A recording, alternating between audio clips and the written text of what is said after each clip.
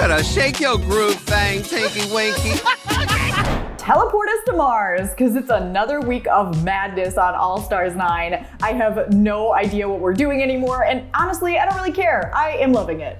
I'm Anna Rumor with Pop Culture. And I'm Nick Valdez from Comic Book. And this is Social Call, where we offer up our unfiltered opinions about RuPaul's Drag Race. We're putting the realness in real estate this week. Nick, what did you think about this absolutely unhinged episode of All Stars 9? I mean, we gotta start with the Teletubbies, right? And Teletubbies said gay rights, and I love them for it. I mean, of course, Tinky Winky is an OG queen. Like, they have been around forever, like, just giving us life and sunshine and happiness and tubby custard and, and it all just kind of makes sense. This is the wildest mini challenge we've ever seen in the show's history. But it makes so much sense. I know. I saw the Teletubbies enter. I said, what are we doing here? And then they started like busting it down. I said, you know what? I don't really care. I'm having a great time. Yeah. And they had nothing to do with the main challenge either, which are these like real estate commercial skits. Do you have no credit? Who cares? Do you have a criminal record? Who cares? I don't see how that ties to Teletubbies, but I thought these commercials overall were pretty funny. Do you want to talk about them? We know this show, it could either go very, very wrong or very well. It's sometimes it's very painful to sit through, but thankfully that's not the issue this time. They're pretty solid all across the board. Yeah, do we want to start off with Angie and Vanjie, our new dream rhyming team? They were tasked with doing Gator Glades, Florida, and I thought they were so funny. I mean, maybe their accents weren't stereotypically Floridian, depending on who you ask, but I love them just kind of like cutting up together. Yeah, because I don't even know what Vanjie was going for, but I was loving it. Like, she turned into like the Cookie Monster for like a little bit, some kind of Muppet.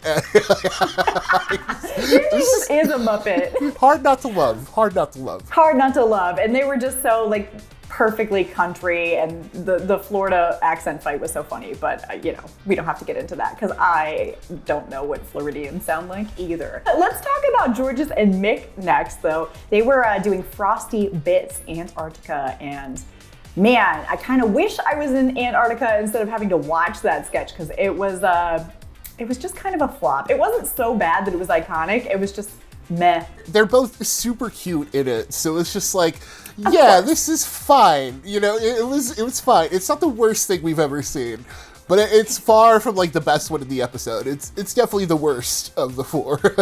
Putting them both together, they're both kind of like agents of chaos, and so making them put a script together and film it, I was like, this is not the move. Chanel and Nina though, they were almost like too organized for me. Like, they were funny and everything was well written, but it went too hard into the real estate for me. I was like laughing via exhalation through the nose as opposed to like a real belly laugh. What did you think? Yeah, lots of like horror puns and funny little things like that, but it never quite snowballed the way it was supposed to. It never kind of picked up. It was just all same level puns, and you're like, yeah, this is very cute and fun, and I love Chanel making out with the tiny skeleton. I think that's just perfect, but it's not really like laugh out loud. It's cute. Yeah, it was very like, oh, clever. But that's not what I'm looking for in these challenges, because they're already so dumb that I just want to laugh. And that's what I was doing with Roxxxy and Plastique, surprisingly enough, because they both kind of flopped during Snatch Game, but this was so funny. Their Tumbleweed, Texas, like sister real estate company was so dumb, so funny. I loved it. See, I'm so glad that I made it a point to say earlier in this season to say that Plastique can be funny, and she is funny. And I'm so glad I had that out on audio, on tape. We're here. Because now, look, like, out of nowhere, this was the funniest thing. Like, I was dying throughout the entire thing. It was very well written, very funny, and it's just full commitment. They had great chemistry. Yeah, I loved it. And Plastique was getting the, like, oh, you need to go bigger, like that kind of edit. And once she let go of all of those pretenses, she was so funny. Her popping up and being like, who cares? Really, that upset me.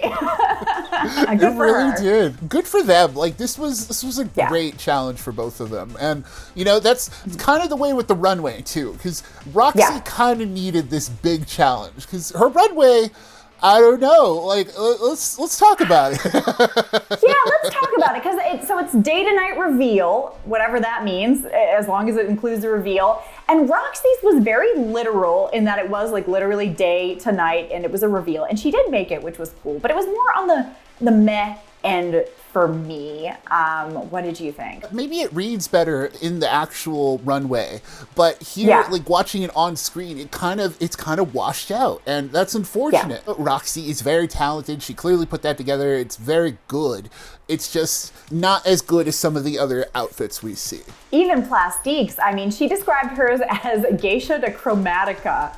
And I thought both of these looks were beautiful, stunning. Plastique never does us wrong, but the reveal was just basically taking off a jacket. So that didn't like gag me. Because it's so dramatically different, you know, that's why it works. But when you think about the reveal itself, it really was just taking off a big coat, and it's like, yeah, that's good.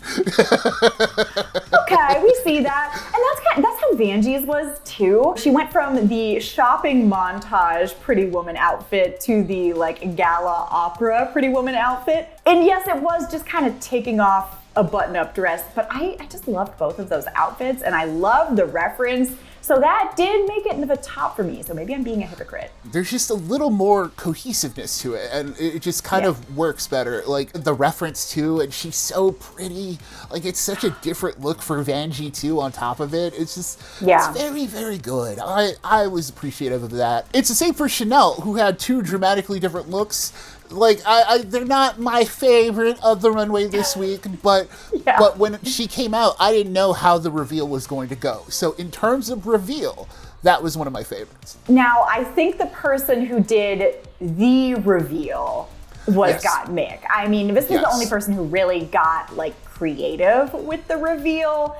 And she comes out in this kind of like androgynous suit look, and then turns around and we get this full lingerie back. That was top look of the night for me. So cool, and I genuinely didn't expect that kind of reveal. I gagged. I loved it. 80s businessman with a dirty secret. I 1000% was into the concept of the idea. You know, it's perfect. And if you look at like the finer details, like even her heels, like the heels are like half gray and like half sparkly silver or whatever it was, like just perfect. And it looks baggy when she's coming out, so you're like, oh, maybe she's gonna tear that away, only to reveal, no, there's like half of it gone already. And that's what a great reveal, what a great concept. And this definitely was the top one for me.